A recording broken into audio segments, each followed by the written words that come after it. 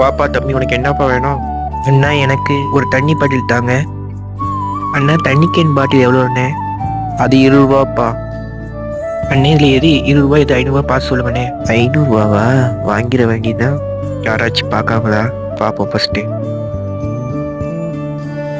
தம்பி, நீ வலது கையில் வச்சுக்கிறதா 20 ரூபா, இடது கையில் வச்சுக்கிற 500 ரூபா.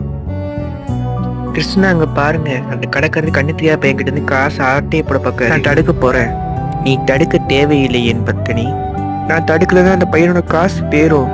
முதலில் என்ன நடக்கின்றது பாரு. அண்ணா இந்தாங்கண்ணா 500 ரூபா, மீதி காசு தண்ணி கேன் பாட்டில் தாங்கண்ணா. ஐயோ, இது என்ன ரொம்ப போச்சு. இவங்கிட்ட இருந்து நம்ம காசு வாங்கலாம் பார்த்தோம், நம்ம கிட்ட இருந்து இவன் காசு வாங்க போறானே. ஓ, இதான் பேராசை பெருநஷ்டம் சொல்லுவாங்களா? அந்த கடைக்காரருக்கு நல்லா வேணும். ஆமா என் பத்தா, அளவுக்கு மீறி ஆசைப்பட்டு இப்படித்தான் நடக்கும்.